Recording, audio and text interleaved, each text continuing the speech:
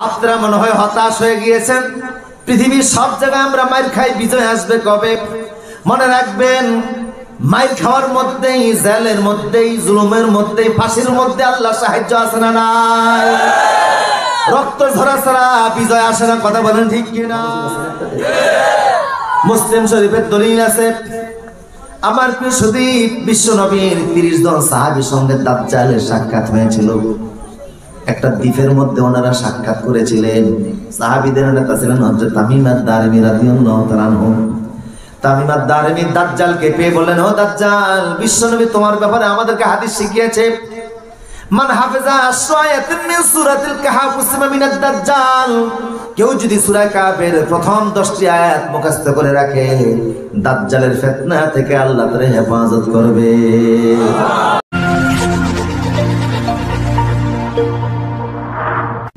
নতুন ভিডিও পেতে চ্যানেলটি সাবস্ক্রাইব করুন, বেল বাটন চাপুন। আসসালামু আলাইকুম ওয়া রাহমাতুল্লাহি ওয়া বারাকাতুহু। ইন্নাল হামদুলিল্লাহি নাহমাদুহু ওয়া নাস্তাঈনুহু ওয়া নাস্তাগফিরুহু ওয়া নু'মিনু বিহি ওয়া নাতাওয়াক্কালু আলাইহি ওয়া না'উযু বিল্লাহি মিন শুরুরি আনফুসিনা ومن سيئات أعمالنا من يهده الله فلا مضل له ومن يضلل فلن تجد له وليا مرشدا ونشهد أن لا إله إلا الله وحده لا شريك له الذي لا ند له ولا مثل له ولا مثيل له ولا شبه له ولا شبيه له ولا وزر له ولا ولد له ولا ولد له الذي فرد أحد صمد لم يلد ولم يولد ولم يكن له كفوا أحد ونشهد أن سيدنا وحبيبنا وطبيب أرواحنا ومولانا محمدا عبد الله ورسوله الذي أكمل به قصر النبوة وحكم به أن لا نبي بعده وداعيا إلى الله بإذنه وسراجا منيرا فقد قال الله تعالى في كلامه المجيد وفي فرقان الحميد أعوذ بالله من الشيطان الرجيم بسم الله الرحمن الرحيم يا أيها الذين آمنوا أطيعوا الله وأطيعوا الرسول وأولي الأمر منكم إن الله وملائكته يصلون على النبي يا أيها الذين آمنوا صلوا عليه وسلموا تسليما اللهم صل على سيدنا आवाज क्लियर रखबा बीट दिबा ना केमन एकदम যেন ক্লিয়ার থাকে প্যান্ডেল سيدنا بس হাজারো ব্যথা বেদনার পরে ফিরে আসনি তুমি আপন ঘরে। দিনের আলো তুমি ছড়িয়ে দিতে চলে গেলে মদিনায় মক্কা ছেড়ে হে রাসূল। তোমাকে ভুলি আমি কেমন করে হে রাসূল, তোমাকে ভুলি আমি কেমন করে। আল্লাহুম্মা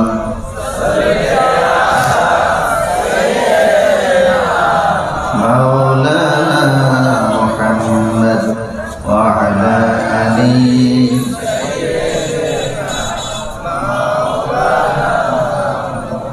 খেনা খেয়ে দিন প্রচারের কাজে নিজেকে দিয়েছ বিলিয়ে।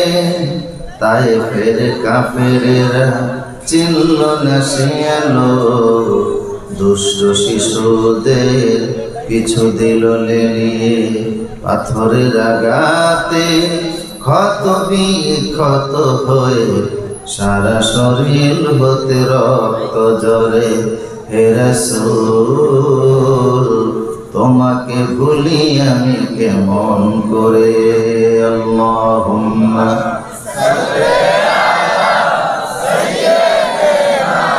মাওলানা মুহাম্মদ ওয়া আলা আলি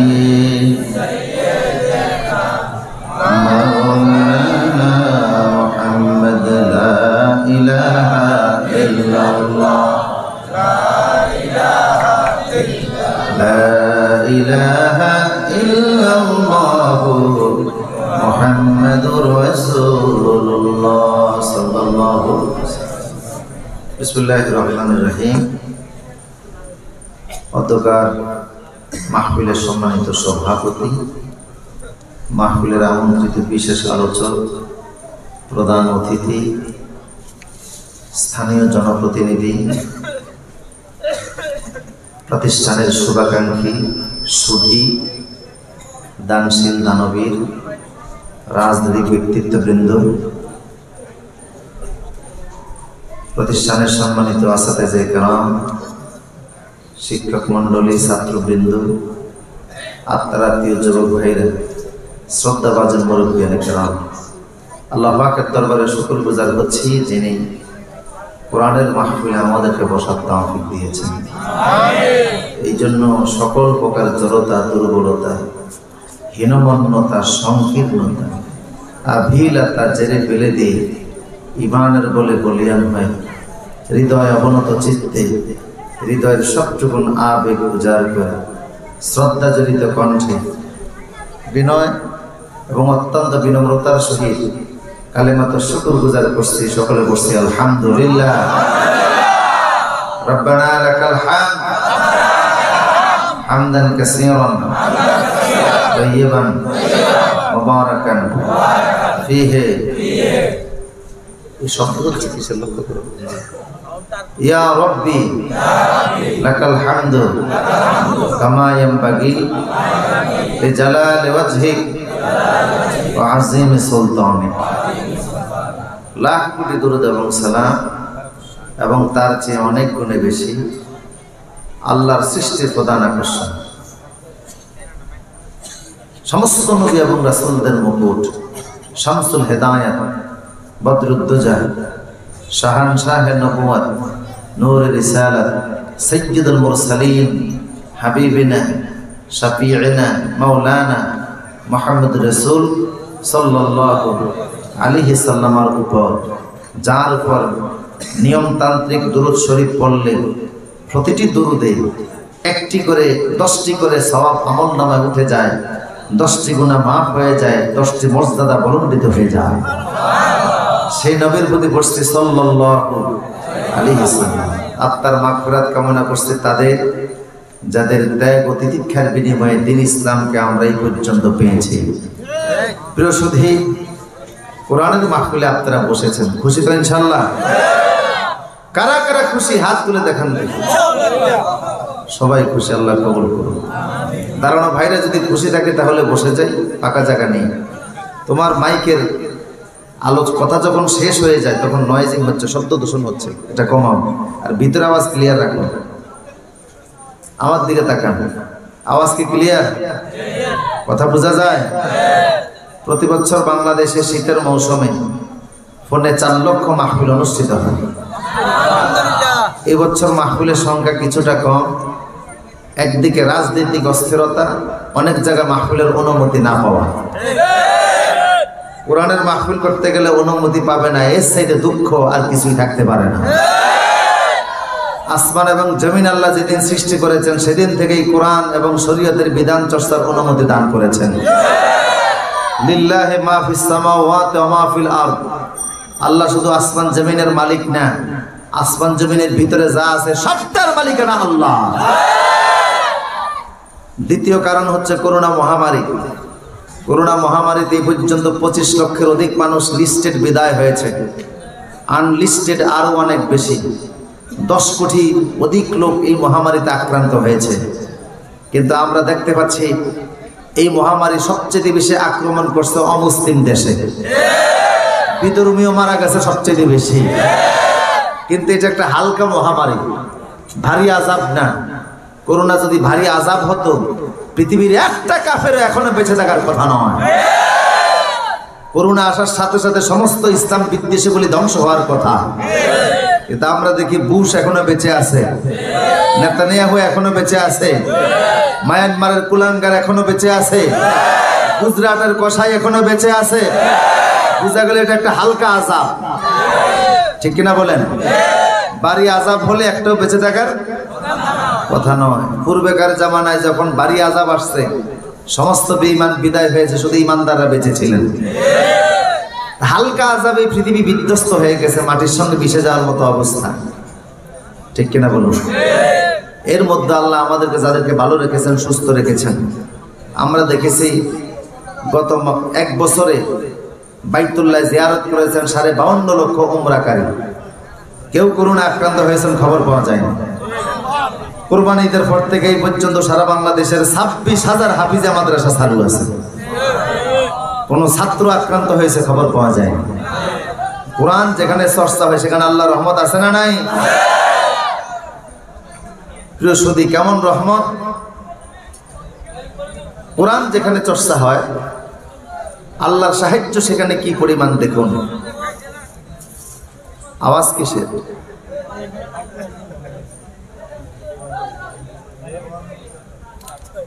প্রয়োজনে আওয়াজ বোঝা যায়? আল্লাহর কোরআন যেখানে চর্চা হয় সেখানে আল্লাহর সাহায্য আছে না নাই? পৃথিবীর সবচেয়ে বড় নিয়ামত হলো আল্লাহর কোরআন, ঠিক কিনা বলেন? আল্লাহ বলছেন ইন্না আরাদনা সামাওয়াতি ওয়াল আরদ। আমি আমার এই কোরআনকে আসমানকে দিতে চেয়েছি, আসমান নিতে চায় নাই। জমিনকে দিতে চেয়েছি, জমিনও নিতে চায় নাই, ঠিক কিনা বলুন? জমিন অস্বীকার করেছে আমি আপনার কোরআন নিতে পারবো না। আসমান অস্বীকার করেছে আমি কোরআনের দায়িত্ব বহন করতে পারবো না। বিশাল আকাশ নিতে পারলো না, বিশাল জমিন। পৃথিবীর জমিনের পরিমাণ, স্থলভাগের পরিমাণ, গোটা পৃথিবীর আয়তন হলো 51,19,00,000 বর্গ মাইলের এরিয়া। বিশাল আয়তনের এই পৃথিবী কোরআন নিতে চায় নাই, আকাশও নিতে চায় নাই। অথচ ছোট্ট ছোট্ট বাচ্চাদের সিনার মধ্যে আল্লাহর কোরআন আছে। বোঝা গেল এই সিনার ওজন আকাশের চাইতে বেশি, জমিনের চাইতেও বেশি। কথা বলেন ঠিক কিনা? যেই সিনার মধ্যে আল্লাহর কোরআন আছে। সারা বাংলাদেশে 26,000 হাফিজে মাদ্রাসা। পৃথিবীর প্রত্যেক বিভিন্ন দেশে প্রতি বছর কোরআনের প্রোগ্রাম আয়োজন হয়, কোরআন তেলাওয়াতের প্রতিযোগিতা হয় নানান কায়দায়। যত দেশে এই পর্যন্ত কোরআনের প্রতিযোগিতা হয়েছে বিগত 10 বছরে প্রথম পুরস্কার বহন করে নিয়েছে আমার দেশের ছেলেরা। সব দেশের মধ্যে আমরা প্রতিযোগিতায় ফার্স্ট হয়েছি এবং পৃথিবীতে আমরা কোরআন দিয়ে আগাইছি বেশি। আপনারা বলতে পারেন হুজুর ক্রিকেট খেলায় তো আগাইছে। পৃথিবীর সব দেশ ক্রিকেট খেলে না। র্যাঙ্কিং এর দিক থেকে 9টা দেশ আগে আছে, তার মধ্যে ক্রিকেট খেলায় বাংলাদেশের অবস্থান 7 নাম্বার। কয় নাম্বার? ফুটবল খেলায় বাংলাদেশের অবস্থান 185 নাম্বার। আমার মনে হয় কুতকুত খেলায় প্রতিযোগিতা দিলে আমরা ফার্স্ট হইতাম, কিন্তু কোরআন তেলাওয়াতের প্রতিযোগিতায় ইন্দোনেশিয়ায়, বাহরাইনে, সৌদি আরবে, তুরস্কে, মালয়েশিয়ায়, পৃথিবীর সব দেশের পুরস্কার বাংলাদেশি ছেলেরা এনেছে। আলহামদুলিল্লাহ পড়ি।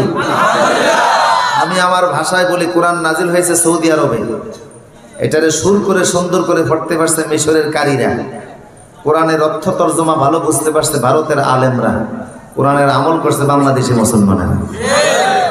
সারা পৃথিবীর 18 লক্ষ মসজিদ, তার মধ্যে বাংলাদেশেই প্রায় 5 লক্ষ। এই দেশে 26,000 হাফিজা মাদ্রাসা, 56,000 কওমি মাদ্রাসা, 16,000 আলিয়া মাদ্রাসা। এত দাড়ি, এত টুপি পৃথিবীর কোথাও নাই। বিশেষ করে দেখলাম গত কয়েক বছরে যুব সমাজ যেভাবে ইসলামের দিকে ধাবিত হচ্ছে, আমার মনে হচ্ছে এই দেশে কোরআনের রাজ কায়েম হওয়া সময়ের ব্যাপার মাত্র। যদি সেই কোরআনের সমাজ বিনির্মাণে এগিয়ে আসতে হয়, এই সমাজের যুবকরা রাজি আছে না নাই? আর রাজি আছে, হাত তুলে দেখাও।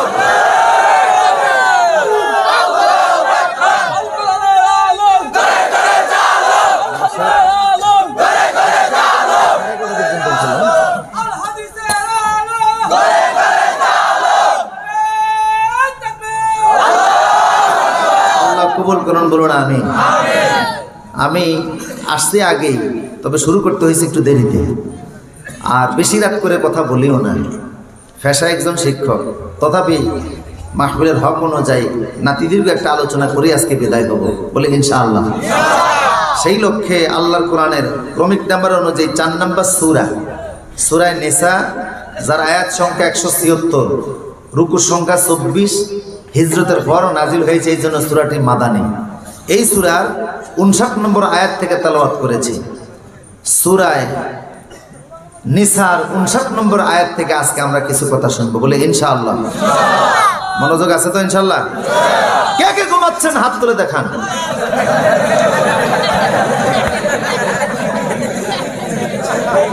ঘুমাইলে আবার হাত উঠে কেমন আল্লাহ বলেছে। তাল যদি মাহফিলে না রাখি সমস্যা আছে না নাই? 2 বন্ধু রাস্তার পাশে বসে গল্প করতেছে। এক বন্ধুর মন খুবই খারাপ, দ্বিতীয় বন্ধু বলছে তোর মন খারাপ কেন? কয় আজকের এই দিনেই গত 4 বছর আগে তোর ভাবি আমার স্ত্রী ডেলিভারি কেসে মারা গেছে। দ্বিতীয় বন্ধু বলছে হরে দোস্ত, ডেলিভারি কেস এটা খুব মারাত্মক রোগ, গত বছর আমার চাচা এই রোগে মারা গেছে। কথা যদি না বুঝি সমস্যা আছে না? সর এলাকায় গিয়েছি ওয়াজ করতে, লোকদেরকে বললাম তোমাদের এখানে ডিলাকুলুক আছে কিনা? কই যে হুজুর আমরা গরিব মানুষ, এটা পাবো কোথা থেকে? দোয়া করেন আল্লাহ যদি তাওফিক দেয় আগামী বছর বানিয়ে আপনারা খাওয়াবো। ওরা মনে করছে উন্নত মানের কোনো পিঠা আর কি। তো কথা এবং শব্দ যদি না বুঝি সমস্যা আছে না? আমরা বোঝার চেষ্টা করব। আজকে আমরা যেখান থেকে কথা শুনবো সূরা নিসা, ক্রমিক নাম্বার অনুযায়ী 114 সূরার ভিতরে 4 নম্বর সূরা, আয়াত সংখ্যা 176, রুকুর সংখ্যা 24, হিজরতের পর নাজিল হয়েছে, এই জন্য সূরাটি মাদানী।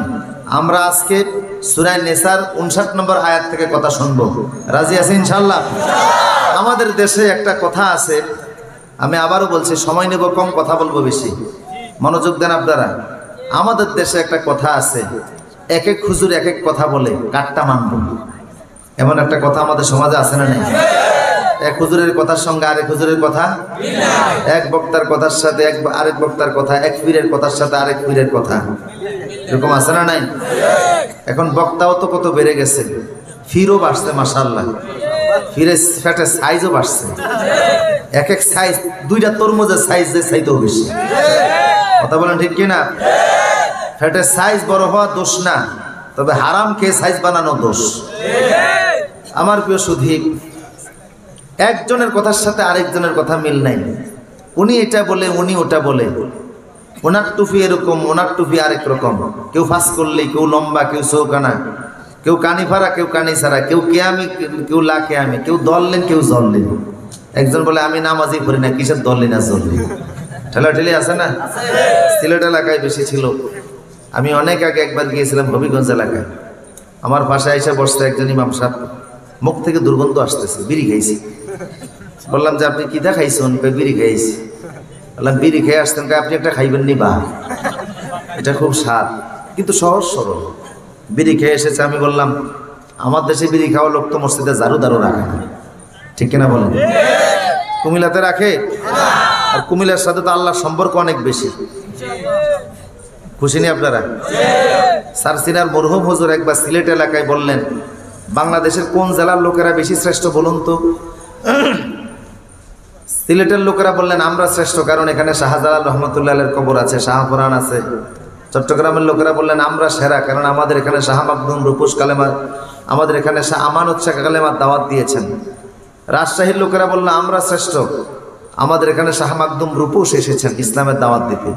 খুলনার লোকেরা বললেন আমরা শ্রেষ্ঠ, আমাদের এখানে খান জানিল রহমতুল্লাহ এসেছেন। বরিশালের লোকেরা বললেন আমরা শ্রেষ্ঠ, শাহ নেসারউদ্দিন এখানে এসেছেন। রংপুরের লোকেরা বললো আমরা শ্রেষ্ঠ, শাহ কারামত আলী জনপুর রহমতুল্লাহ এখানে দাওয়াত দিয়েছেন। কুমিল্লার হুজুর ছিলেন আমার বাড়ির পাশে রেখা আলেম, ওনাকে বলে হুজুর আপনি কথা বলছেন না কেন, আপনার কুমিল্লা নিয়ে কিছু বলবেন না? উনি কয় আমি আর কুমিল্লা নিয়ে কি বলবো, আল্লাহর সাথে আমাদের ডাইরেক্ট সম্পর্ক। কয় তা কিভাবে? কয় বাংলায় কুমিল্লা লিখতেও লয় লয় আকার, আল্লাহ লিখতেও লয় লয় আকার। বুঝেন না মনে হয় কথা? বাংলায় কুমিল্লা লিখতে ল দুইটা না, আল্লাহ লিখতেও আক্ষরিক অর্থাৎ আল্লাহর সাথে আমাদের সম্পর্ক বেশি। আচ্ছা, আল্লাহ কবুল করুন যেরকম আমিন। আমার দেশে একটা কথা আছে, আমরা কাটটা মানবো কাটটা মানবো না, কাটটা শুনবো কাটটা শুনবো না। এক নেতার বক্তব্যের সাথে আরেক নেতার বক্তব্যের মিল নাই, এক পীরের বক্তব্যের সাথে আরেক পীরের বক্তব্যের মিল নাই, এক ওয়াইজিনের বক্তব্যের সাথে আরেক ওয়াইজিনের বক্তব্য মিল নাই। আমরা কাটটা শুনবো। আপনারা কি মনে করেন কাটটা আমরা শুনবো এই কথা সমাধান কি কোরআন দেয় নাই? ১৫০০ বছর আগে সমাধান দিয়ে আল্লাহ কোরআন নাজিল করছে। কথা বলেন ঠিক কিনা? আল্লাহ সুবহানাহু ওয়া তাআলা বলছেন ইয়া আইয়ুহাল্লাযীনা আমানু আতিউল্লাহা ওয়া আতিউর রাসূলা ওয়া উলিল আমরি মিনকুম। আল্লাহ বললেন শোনো, লোকেরা জিজ্ঞেস করে কাটটা মানবা কাটটা মানবা না, কাটটা শুনবা কাটটা শুনবা না, কার কথার আনুগত্য করবা? মনে রাখবা আমি আল্লাহ বলে দিচ্ছি কথা মানতে হবে একমাত্র আল্লাহ এবং তার রাসূলের। আল্লাহ এবং রাসূলের কথা মানতে হবে বিনা প্রশ্নে। কথা বলেন ঠিক কিনা? বুঝে আসলেও মানতে হবে, বুঝে না আসলেও। আওয়াজ কমে গেল কেন? আল্লাহ রাসূলের কথা বুঝে আসলেও মানতে হবে, বুঝে না আসলেও মানতে হবে। যুক্তিতে আসলেও মানতে হবে, যুক্তিতে না আসলেও মানতে হবে। কোনো প্রশ্ন করা কা বলা যাবে না। আল্লাহ এবং রাসূল যেটা বলেছে ইয়া আইয়ুহাল্লাযীনা আমানু আতিউল্লাহ, আল্লাহ বললেন হে ঈমানদাররা আনুগত্য করো আমি আল্লাহর, ওয়া আতিউর রাসূল আনুগত্য করো আমার রাসূলের। আল্লাহ এবং রাসূলের কথা বিনা প্রশ্নে মানার নামই হলো ঈমান। আল্লাহু আকবার। এইখানে কোনো শব্দ চলবে না, লেমাপ লিয়ান্না হোয়াই দ্যাট সো সেরা কোনো শব্দ চলবে না। বুঝে আসলো মানে, না বুঝে আসলো মানে। আমার প্রিয় সুধী বলুন তো আপনারা ফজর নামাজের ফরজ কয় রাকাত? আওয়াজ দিয়ে বলেন।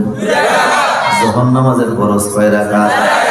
কা কা কইলেই ভাই কথা বলেন ঠিক কিনা? প্রতি রাকাত নামাজে সিজদা কয়টা? রুকু কয়টা? কা কা কইলে কি? তোমার বুঝে আসলেও মানতে হবে, বুঝে না আসলেও মানতে হবে। আমার প্রিয় সুধী জুমার নামাজের খুতবা নামাজের আগে না পড়ে? জুমার নামাজের খুতবা নামাজের আগে না পড়ে? ঈদের নামাজের খুতবা আগে না পড়ে? কা কথা বলবো কা কইলে কি? বুঝে আসলো মানতে হবে, না বুঝে আসলো মানতে হবে। এই বিধান আল্লাহ রাসূল দিয়েছে জুমার নামাজের খুতবা নামাজের আগে, ঈদের নামাজের খুতবা নামাজের পরে, ঠিক কি না? কাজে এখানে তোমার কোনো মত চলবে না, কোনো কথা চলবে না। আমার প্রিয় সুধী বিনা প্রশ্নে মানতে হবে আল্লাহ এবং তার রাসূলের। এর বাইরে যত নেতা আছে, যত ফির আছে, যত বক্তা আছে, আল্লাহ রাসূলের কথার সঙ্গে কথা মিললে তাদের কথা মানবো, না মিললে মানবো না। আপনারা কি আমার সাথে একমত? যত বড় নেতা হোক, যত বড় পীর হোক, যত বড় বক্তা হোক, আল্লাহ রাসূলের কথার সঙ্গে কথা মিললে মানে, না মিললে মানে না। বরং আল্লাহ রাসূলের কথার বিরুদ্ধে যদি কোনো নেতার কথা যায়, পীরের কথা যায়, বক্তার কথা যায়, ওই কথাকে আমরা মানবো না, বরং ওই কথা আমাদের কাছেও কেউ আনতে পারবে না। ঝাড়ু পিটা করবো ওই কথার উপরে। কথা বলেন ঠিক কিনা? বরং জীবন গেল আল্লাহ এবং রাসূলের কথা জীবনের সকল ক্ষেত্রে আমরা মানবো। কথা বলেন ঠিক কিনা? এই কথা মানতে গেলে যদি জীবনও দিতে হয়, জীবন দিতে রাজি আছেন না?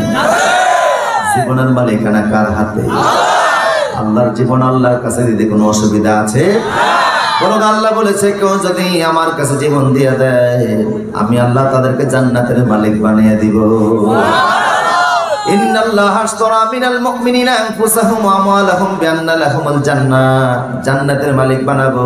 শুধু তাই না, ইয়াগফিরুল্লাহু লিশ-শাহীদি আউওয়ালা দাফআতিন মিন দামিহি, যে ব্যক্তি আল্লাহর রাহে জীবন দেয় তার প্রথম ফোঁটা রক্ত জমিনে পড়ার আগে আগে জীবনের সকল গুনাহ খাতাগুলি আল্লাহ মাফ করে দেয়। শুধু আল্লাহ ক্ষমা করেন না, তার গুনাহগুলি শুধু মাফ করেন না, ওয়ুরা মাকআদাহু ফিল জান্নাহ, যে ব্যক্তি আল্লাহর জন্য জীবন দেয় জীবন দেওয়ার আগে জান্নাতের বাড়িটা সে এক নজর দেখে নিবে। জান্নাতের বাড়ি দেখাবার আগে আল্লাহ তার মালাকুল মউত দিবেন না। হযরত আসিয়া মরণের আগে জীবন দিচ্ছেন কার পথে? আসিয়া বলল রব্বি বিনিলি ইনদাকা বাইতান ফিল জান্নাহ, আল্লাহ আমি তোমার রাহে জীবন দিচ্ছি, তুমি আমারে কি দিবা? আল্লাহ বলে জান্নাত দিমু, দেখো তোমার জান্নাত। আসিয়া বলে আল্লাহ যে কোনো জায়গায় জান্নাত দিলে হবে না, তোমার কাছে আমার ঘর বানাও যেন আমি শহীদ হওয়ার পরে তোমার প্রতিবেশী হিসেবে থাকতে পারি।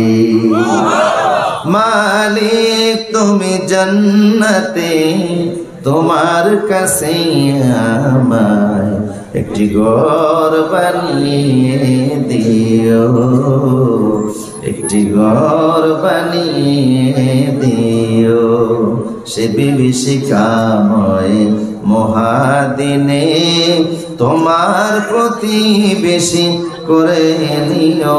মালিক তুমি জান্নাতে তোমার কাছে আমায় একটি ঘর বানিয়ে দিও, যেদিন কেহ আসবে না কারো কোনো কাজে, যেদিন পাপী পাপের বোঝায় মোর বেলা যে, ফুল সিরাত পার হতে গিয়ে পিছনে যাবে কত পথিক, আবার কেহ পূর্ণ নিয়ে পার হয়ে যাবে ঠিক ঠিক, সে মহাদিনে মহাক্ষণে, সে মহাদিনে মহাক্ষণে পার করে নিও তুমি।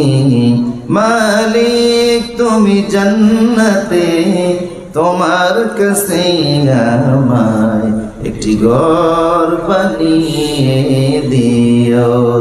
আমিন। আল্লাহর প্রতিবেশী হিসেবে ঘর চাই কিনা আমরা? আল্লাহ বলেন শুধু ঘর দিব না, যে ব্যক্তি আমার রাহে জীবন দেবে আমি আল্লাহ তার জান্নাতে বিয়ের আয়োজন করব। আমি আল্লাহ তার ইমানের পোশাকটাও পরিয়ে দিব। তার কবরের মধ্যে কোনো আযাব আমি আল্লাহ দিব না। সব মানুষ কবর থেকে যখন উঠবে, কবর একটা সাপ আছে না নাই? যত মানুষ কবর থেকে উঠবে আল্লাহ কবরের ভিতরে সাপ দিবেন। কখন আল্লাহ সাপ দিবেন? 40 দিন পর্যন্ত আল্লাহ কবরের মধ্যে বৃষ্টি দিবেন। সব মানুষের কবরের মধ্যে যখন বৃষ্টির পানি যাবে তখন সমস্ত মানুষের মাটির সঙ্গে একটা হাড় থাকবে। ওই হাড্ডিটা হলো, রাসূল বলছে ওয়াবলা কুল্লা শাইইন মিনাল ইনসানি ইল্লা আযবাজানাত ফীহি রাকাবুল খালক। মানুষের দেহের মধ্যে 206টা হাড় আছে। মেরুদণ্ডের যে হাড্ডিটা আছে, সবার মেরুদণ্ডের হাড় আছে না নাই? ওই মেরুদণ্ডের হাড়ের নিচে ছোট্ট একটা নিচের যে হাড্ডিটা ওটাকে বলে আযবাজানাত। ওই হাড়ের মধ্যে আল্লাহর একটা পাসওয়ার্ড নাম্বার আছে। আপনার মোবাইলের ফেসবুকের অ্যাকাউন্টের যেমন পাসওয়ার্ড আছে, মেরুদণ্ডের হাড্ডির মধ্যে আল্লাহ একটা পাসওয়ার্ড নাম্বার রেখেছে। আকাশ থেকে বৃষ্টির পানি পড়ার সঙ্গে সঙ্গে ওই হাড়ের ভিতর থেকে কবরে আল্লাহ আপনার দেহটা নতুন করে তৈরি করবে। সবার কবরে যার যার দেহ তৈরি হয়ে যাবে। এমন সময় আমার আল্লাহ ইসরাফিলকে বলবেন সিংহায় ফু দাও। সিংহায় ফু দিলে কবরের মাটির মধ্যে কম্পন শুরু হবে। মাটির চাপে সবার দেহগুলি কবর থেকে উপরে চলে আসবে। সবগুলি মানুষ কবর থেকে দাঁড়িয়ে যাবে আর বলবে ক্বালু ইয়া ওয়াইলানা মান বা'আসানা মিন মারকাদিনা হাযা মা ওয়া'দার রাহমানু ওয়া সাদাকাল মুরসালুন। সব কবর থেকে দাঁড়াবে মাটির চাপের সঙ্গে সঙ্গে, কিন্তু যে ব্যক্তি আল্লাহর রাহে জীবন দেবে তার কবরের মধ্যে কোনো চাপ থাকবে না। আরেকটু আসতে বলে সুবহানাল্লাহ, আরেকটু আসতে সুবহানাল্লাহ। আমি বলি আসতে, আপনারা বলেন জোরে। বাংলাদেশে উল্টা জিনিস কম না বেশি? উল্টা নামও তো কত বেশি, ঠিক কিনা? রসগোল্লা ফলের নাম দিছে আনারস, দানায় ভরা ফলের নাম দিছে আমরা বেদানা। ব্রাহ্মণবাড়ির একটা জায়গা আছে 3 লাখ ফির আছে না? এত ভিড় কবে যে জমা হয়েছে আল্লাহ ভালো জানে। আমাদের চাঁদপুরের ফরিদগঞ্জের একটা জায়গার নাম আছে 60 শালা। কারে তো শালা ছিল কে জানে। উত্তর অঞ্চলে জেলা একটা আছে গাইবান্ধা আছে না? বাংলাদেশের সব গাই কই দিছে বেঁধে দিছে। আবার ঢাকা শহর জায়গা একটা আছে শান্তিনগর আছে না নাই?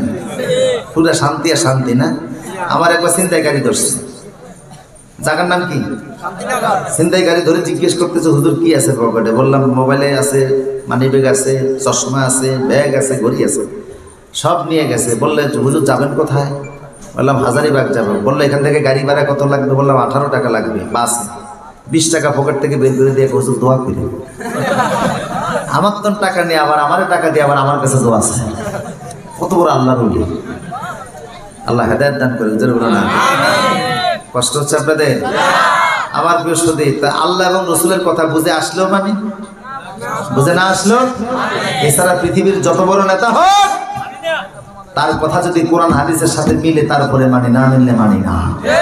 মনে থাকবে ইনশাআল্লাহ। আমার প্রিয় সুধী, বিশ্ব নবীর আল্লাহর নবী জিহাদের ময়দানে সাহাবায়ে কেরামকে পাঠালেন। মনোযোগ আছে না আপনাদের? জিহাদের ময়দানে রাসূল সাহাবায়ে কেরামকে পাঠালেন। সাহাবায়ে কেরাম জিহাদের ময়দানে গেলেন। সেই জিহাদের পথে একজন আনসারী সাহাবী ছিলেন প্রধান সেনাপতি। আনসারী সাহাবী প্রধান সেনাপতি। বিশ্বনবী সারা জীবনে জিহাদ করেছেন ৮৬টা, নিজের সেনাপতি ছিলেন ২৮টা জিহাদে। আজকে জিহাদের নাম শুনলে অনেকে চোখ মুখ কালো হয়ে যায়। কথা বলেন ঠিক কি? শহীদে বেরানা জিহাদের নাম শুনলে জঙ্গিবাদ তালাশ করে মিয়া সাহেব। বিশ্বনবীর জিহাদ আর সন্ত্রাসীদের জিহাদ এক জিনিস না। আইএসের জিহাদ আর ইসলামের জিহাদ এক জিনিস না। জিহাদ শব্দ বললেও আমল নামে 40টা নেকি আছে না নাই? এই সম্পর্কে আল্লাহ কোরআনে সূরা দিয়েছেন, 500 আয়াত আছে, ঠিক কি না? আমার ভাইরা বলুন তো, কাদিয়ানীরা মুসলমান না কাফের?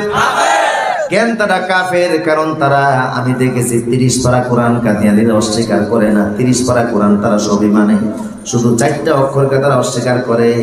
খা আলিফ তামিম 4 অক্ষর অস্বীকার করার কারণে সারা দুনিয়ার আলেমদের মতে কাদিয়ানীরা কাফের। কারণ আল্লাহ বলছেন, মা কানা মুহাম্মাদুন আবা আহাদিন মির রিজালিকুম ওয়ালাকিন রাসূলুল্লাহি ওয়া খাতামান নাবিয়্যিন। খাতাম শব্দ কাদিয়ানীরা মানে না, তাই তারা কাফের। তুমিও বলো কাফের, আলেম বলে কাফের, সারা দুনিয়ার মুসলমান বলে কাফের। তো তুমি যে জিহাদ শব্দকে মানো অস্বীকার করো, কাদিয়ানীরা যদি কাফের হয় তুমি কেমন মুসলমান? ওরা 4 অক্ষর অস্বীকার করে কাফের, তুমিও তো 4 অক্ষরকে অস্বীকার করতেছো, ঠিক কি না? আমার প্রিয় সুধী, কিয়ামত পর্যন্ত শিরক কুফর বাতিলের বিরুদ্ধে লড়াই করার বিধান দিয়েছেন কে? জিহাদের ময়দানে সাহাবায়ে কেরাম গেল। এক আনসারী সাহাবী হলেন প্রধান সেনাপতি। প্রধান সেনাপতি এক আনসারী সাহাবী। জিহাদের যুদ্ধের ময়দানের এক পর্যায়ে আনসারী সাহাবী বললেন, ও আমার সেনা সদস্য যারা আছো, তোমরা সবাই কিছু কাঠ নিয়ে আসো। সবাই কাঠ নিয়ে আসছে, বুঝেননি কথা? লাকড়ি নিয়ে আসো। লাকড়ি নিয়ে এসেছে। বললেন আগুন নিয়ে আসো। আগুন নিয়ে আসলো। বললেন এখন কি করব? সেনাপতি বললেন, এই আগুনের মধ্যে, লাকড়ির মধ্যে আগুন জ্বালাও। লাকড়ির মধ্যে আগুন জ্বালিয়ে দেওয়া হলো। এখন কি করবো? সবাই আগুনের মধ্যে ঝাঁপ দাও। সবাই আগুনের মধ্যে। সাহাবায়ে কেরাম অনেকেই রেডি হয়ে গেলেন, কারণ নেতার নির্দেশ। হুজুর বলছেন নেতার আনুগত্য করতে হবে, কাজে আগুনে আমরা ঝাঁপ দিব। কিন্তু একজন যুবক সাহাবী বেঁকে বসলেন। তিনি বললেন, আমি আপনার এই আদেশ মানি না, কারণ প্রকাশ্যে আগুনের মধ্যে ঝাঁপ দেওয়ার মধ্যে কোনো কল্যাণ দেখি নাই। এখানে কি উপকার আছে আগুনে ঝাঁপ দিলে? বললেন নেতার আদেশ, আর কোনো উপকার নাই। তো নেতার আদেশ পালন করতে গেলে আমি আগুনে আত্মহত্যা করে জীবন ধ্বংস করতে পারি না। এইখানে আগুনে ঝাঁপ দেওয়ার মধ্যে কি বরকত আছে, কি কল্যাণ আছে? রাসূলকে জিজ্ঞেস করব। আল্লাহ রসুল যদি বলে আগুনে ঝাঁপ দিতে তাহলে আগুনে ঝাঁপ দিব, রসুল যদি বলে আগুনে ঝাঁপ দেওয়া যাবে না তাহলে আমরা ঝাঁপ না। কেন খামাকা আপনার কথায় জীবন ধ্বংস করব? শত্রুর সামনে জীবন ধ্বংস করা এক জিনিস, আর খামাকা আগুনে ঝাঁপ দিয়ে আত্মহত্যা করা। সাহাবায়ে কেরামের মধ্যে দুই দল হয়ে গেলেন, দ্বিমত পোষণ হয়ে গেল, ভিন্ন মত এসে গেল। সবাই মদিনার দিকে চলে আসলেন, আল্লাহ রসুলকে এসে মাসআলা জিজ্ঞেস করলেন।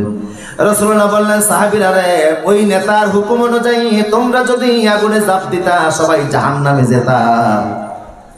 তোমরা যদি ওই নেতার আদেশ অনুযায়ী, আনসারী সাহাবীর আদেশ অনুযায়ী তোমরা যদি আগুনে ঝাঁপ দিতা সবাই জাহান্নামে যেতা। মনে রাখবা, আল্লাহ রসুল ছাড়া পৃথিবীর কোন নেতা, সে সাহাবী হলো, অন্ধভাবে তার কথা মানা যাবে না।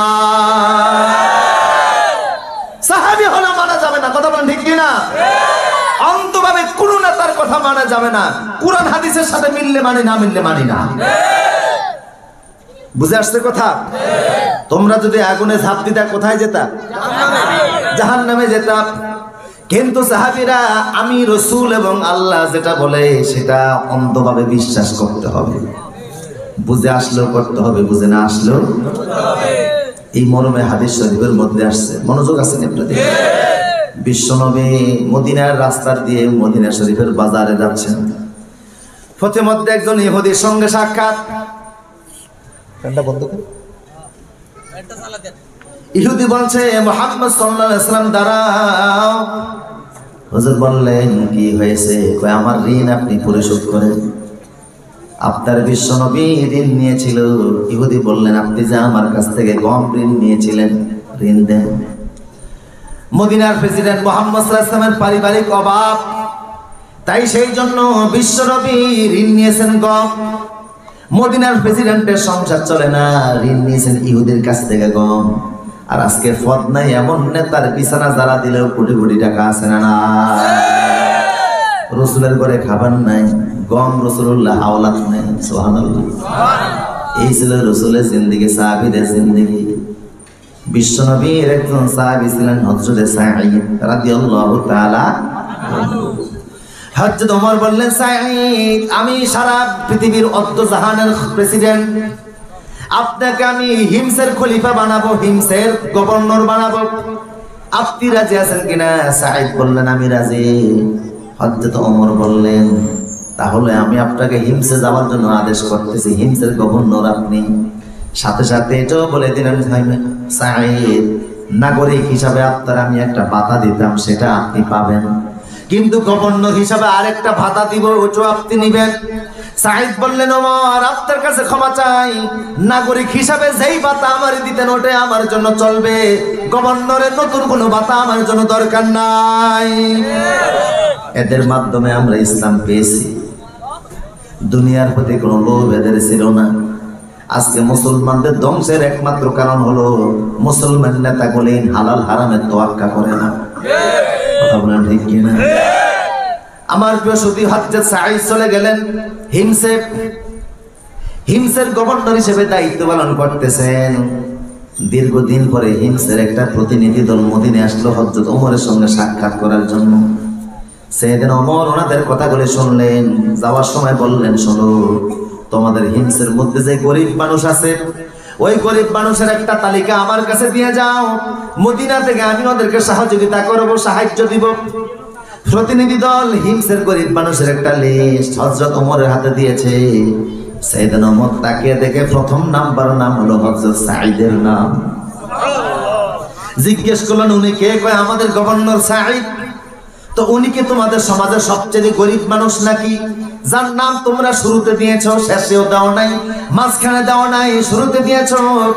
হিমসের জনগণ বলল, ওনার চাইতে গরিব আমাদের সমাজের কেউ নাই। উনি এক বেলা খাইলে আরেক বেলা খাইতে পারে না, একদিন ওনার চুলায় আগুন জ্বলে, আরেকদিন জ্বলে না। আল্লাহু আকবার। এই হলো নেতা, সাধারণ নেতা না, গভর্নর। কথা বলে না? এদের মাধ্যমে ঈমান ইসলাম আল্লাহ সংরক্ষণ করেছেন। আমার প্রিয় সুধী, হযরত ওমরের চোখ থেকে পানি বের হয়ে গেল, দাড়ি ভিজে গেল। একজন গভর্নর তার চুলে আগুন জ্বলে না, একবেলা খেলে আর একবেলা খাইতে।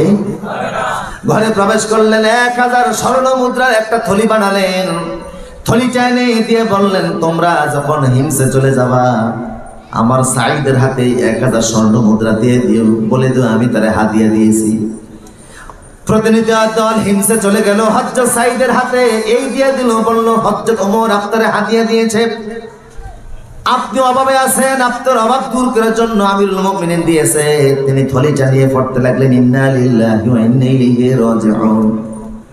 আমার বাইরে মানুষ যখন ইন্না লিল্লাহ পড়ে এটা আনন্দের সংবাদ না বিপদের সংবাদ? তিনি ইন্না লিল্লাহ পড়ছেন, আলহামদুলিল্লাহ পড়ে না, কি পড়ছে? টাকা পাওয়ার পরে আমরা কি পড়ি? আর উনি পড়তেছে ইন্না লিল্লাহ। আমার প্রসদে ভিতর থেকে স্ত্রী দৌড়ে আসলো, আপনার কি হয়েছে? কিছুক্ষণ আগে মদিনার দল আপনার সঙ্গে কথা বলেছে, কি সংবাদ এসেছে? ইন্না লিল্লাহ পড়তেছেন কেন? বিপদের সংবাদ নাকি? হযরত ওমর মারা গেছে নাকি? কি সংবাদ এনেছে? উনি বললেন, ওমর ইন্তেকালের চাইতে বড় বিপদের খবর।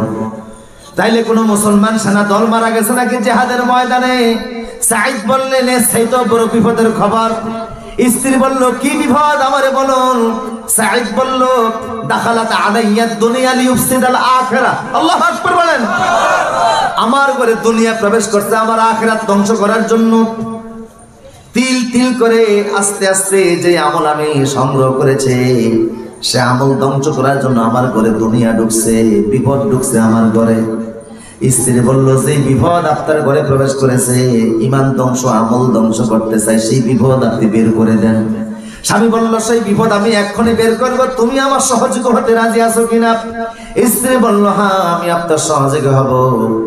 1000 স্বর্ণ মুদ্রার থলি স্ত্রীর হাতে দিয়ে বললেন, অল্প সময়ের মধ্যে এগুলি সব গরিবদের মাঝে বন্টন করে দাও। এমন নেতা আমরা পেয়েছিলাম, এরা ছিল আমাদের আদর্শ। কথা বলেন ঠিক কিনা? আমার পেশোদে আল্লাহ রসুলের বাইরে আমরা কাউরে আদর্শ মানতে। আমার ভাইরা মনোযোগ আছে তো? রাসূলুল্লাহ ঋণ নিয়েছেন ইহুদির কাছ থেকে। ইহুদি বলছে, মুহাম্মদ সাল্লাল্লাহু আলাইহি সাল্লাম আমার ঋণ আমারে দিয়ে দাও। হুজুর বললেন, আমি তোমার ঋণ পরিশোধ করছি।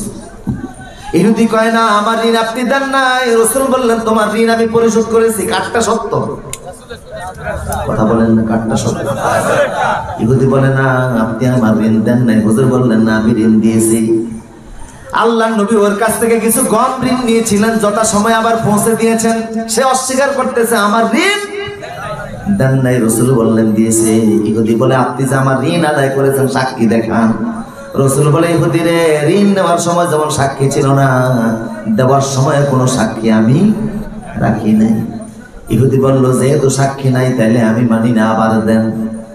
হয় সাক্ষী দেখান, না হয় ঋণের টাকা দেন, না হয় গম দেন।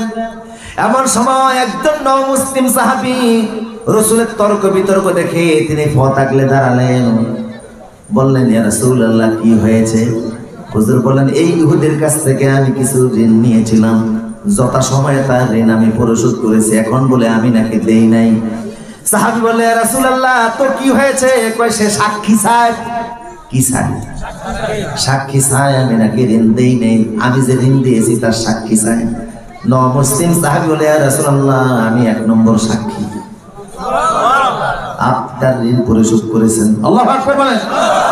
হুজুর বলেন, খুজাইমা, আমি যখন তার ঋণ দিয়েছি তখন তো তুমি দেখো নাই, তুমি ছিলাও না, না দেখে কিসের সাক্ষী তুমি দিচ্ছ? খুজাইমা বলে, ইয়া রাসূলুল্লাহ, যখন আপনি তার ঋণ পরিশোধ করেছেন তখন আমি ছিলাম না, এটা সত্য জিনিস। তবে হে নবী, আমি কয়েকদিন আগেও মুশরিক ছিলাম, সবেমাত্র কালেমা পড়ে মুসলমান হয়েছি। বগলের নিচে একটা মূর্তি নিয়ে হাঁটতাম, মূর্তিরে মনে করতাম আমার খোদা, মূর্তি আমার সর্বদ্রষ্টা, আমার স্বপ্ন পূরণকারী। একদিন হঠাৎ করে রাস্তা দিয়ে যাচ্ছে, পেশাবের ব্যাগ হলো। ভাবলাম খোদারে সাথে নিয়ে পেশাব করবো, এটা হয় কি করে? খোদারে রাস্তার পাশে দাঁড় করে পেশাব করতে গেছে, এসে দেখি খোদার গা পুরাটা পানিতে ভিজা।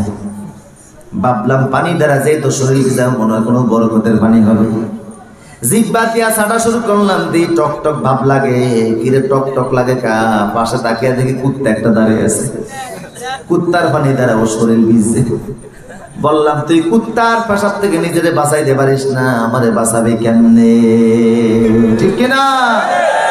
কুকুরের পেশাব থেকে নিজেরে বাঁচাইতে পারিস না, আমারে বাঁচাবে কেমনে? ওই মূর্তিটাকে আমি লাথি মারলাম আপনার কাছে এসে। অল্প কিছুদিন আগে কালেমা পড়েছে, আশহাদু আল্লা ইলাহা ইল্লাল্লাহু ওয়াহদাহু লা শারীকা লাহু ওয়া আশহাদু আন্না মুহাম্মাদান আবদুহু ওয়া রাসূলুহু। ও নবী, আমি কালেমা পড়ে মুসলমান হয়ে গিয়েছি। ইয়া রাসূলুল্লাহ, মাটির মূর্তি তো চোখে দেখা যায়, আল্লাহ তো দেখা যায় না, আপনার কথায় আল্লাহ বিশ্বাস করছি। কথা বলেন ঠিক কি? মাটির মূর্তি কিছু করার ক্ষমতা রাখে না, কিন্তু দুই চোখে তো দেখা যায়। আপনার কথায় এমন আল্লাহরে বিশ্বাস করেছি যারে দুই চোখে দেখাও যায় না। ফেরেশতা বিশ্বাস করেছি, দুই চোখে দেখা যায় না। জান্নাত বিশ্বাস করেছি, এখনো দেখি নাই। জাহান্নাম বিশ্বাস করেছি, এখনো দেখি নাই। কবরের মধ্যে আযাব আছে, দুই চোখে দেখে নাই, বিশ্বাস করেছি। কবরের মধ্যে সাপ আসে ৯৯টা, দুই চোখে দেখে নাই, বিশ্বাস করেছি। তো এত বড় বড় জিনিস না দেখে বিশ্বাস করলাম। কয়টা গম ও ঋণ আপনি পরিশোধ করেছেন, ওইটা চোখে দেখি নাই, ঠিক আছে, কিন্তু আপনি বলছেন ওর ঋণ পরিশোধ করেছেন, ওইটা যদি বিশ্বাস না করে আমার ঈমান তো থাকবে না। আল্লাহু আকবার বলেন। এত বড় বড় জিনিস আমি না দেখে বিশ্বাস করেছি, এই সামান্য জিনিস আমি বিশ্বাস করবো না, তাহলে ইমানদার হয় কেমনে? হে রাসূল, আপনি যখন বলছেন ওর ঋণ পরিশোধ করেছেন, আমি ১০০% বিশ্বাস করি, কারণ আপনি রাসূলকে অন্ধভাবে বিশ্বাস করি, এটার নামই হলো ঈমান। আল্লাহু আকবার বলেন। আল্লাহর কথা, রাসূলের কথা, আল্লাহর কথা, রাসূলের কথা বুঝে আসলে বিশ্বাস করি, বুঝে না আসলেও দেখলো বিশ্বাস করি, না দেখলো বিশ্বাস করি। ঠিক কিনা বলেন? এটার নাম কি? আতিউল্লাহ ওয়া আতিউর রাসূল। আল্লাহ রাসূলের আনুগত্য করো, বুঝে আসলে করো, না বুঝে আসলে করো। সব জিনিস তোমার বুঝে আসতে নাও পারে। বাকি দুনিয়ার যত নেতা হোক, ফির হোক, বক্তা হোক, তার কথা কোরআন হাদিসের সাথে মিললে না মানি, না মিললে মানি না। এই কথা সবাই একমত হয়েছে তো ইনশাআল্লাহ? এই জন্য আল্লাহ দেখেন, ও আল্লাহ বললেন আতিউল্লাহ, আল্লাহ তার শব্দ লাগে আতিউ শব্দ দিলেন, ও আতিউর রাসূল, রাসূলের আগে ও আতিউ শব্দ দিলেন, পরে বললেন উলিল আমরি মিনকুম, তোমাদের নেতারা, নেতাদের নামের আগে আল্লাহ আতিউ শব্দ দেন নাই। তার মানে আল্লাহ বুঝাচ্ছে আল্লাহ এবং রাসূলের কথা মানবা, বুঝে আসলো না বুঝে আসলো, কিন্তু নেতার কথা মানতে হলে কোরআন হাদিসের দলিল লাগবে। আমার প্রিয় শুধু এই মর্মে আরেকটা দলিল দিচ্ছি, মনোযোগ আছেন আপনাদের? আমি বেশি সময় নেব না, আর কিছুক্ষণ বলি তো আল্লাহু আকবার। আল্লাহর নবী মক্কা বিজয় করবেন। কি বিজয়? মক্কা বিজয় করবেন বিশ্ব নবী। শুধু মক্কা বিজয়ের জন্য রাসূল বারবার দোয়া করতেন। বিজয়ের মালিক কি? আল্লাহ বলছেন ইন্না ফাতাহনা লাকা ফাতাহাম মুবিনা, ও নবী বিজয়ের মালিক আল্লাহ, আমি আল্লাহ আপনাকে বিজয় দান করব। আপনারা মনে হয় হতাশ হয়ে গিয়েছেন, পৃথিবীর সব জায়গায় আমরা মাইর খাই, বিজয় আসবে কবে? মনে রাখবেন, মাইর খাওয়ার মধ্যেই, জেলের মধ্যেই, জুলুমের মধ্যেই, ফাঁসির মধ্যে আল্লাহ সাহায্য আছে না নাই? রক্ত ঝরা ছাড়া বিজয় আসে না, কথা বলেন ঠিক কিনা? বিজয় আসবে, আগামী দিন হবে ইসলামের দিন, আগামী দিন হবে কোরআনের দিন, সারা পৃথিবীর মুসলমান হাসবে। সময় আসতেছে, হযরত ইমাম মাহদী আসতেছে, ঈসা নবী আসতেছে, সারা পৃথিবীতে মুসলমানরা কোরআন দ্বারা শাসন করবে ৬০ বছর। আর জোরে বলুন। Europe, America, Canada, Bharat, Pakistan, Bangladesh, Japan, চীন সহকারে পৃথিবীর ২৩২টা দেশের মধ্যে কোরআনের পতাকা উড়বে। ঈসা নবী কোরআনের মাধ্যমে সারা দুনিয়া চালাবেন ৪০ বছর। কত বছর? আমার মৃত্যুর পরেও সারা পৃথিবী কোরআনের আইনে চলবে আরো ২০ বছর, টোটাল ৬০ বছর। আপনারা বলতে পারেন হুজুর এত তাড়াতাড়ি বললেন কেমনে? আমার কাছে দলিল আছে মুসলিম শরীফের। মনোযোগ আছে না আপনাদের? মুসলিম শরীফের দলিল আছে।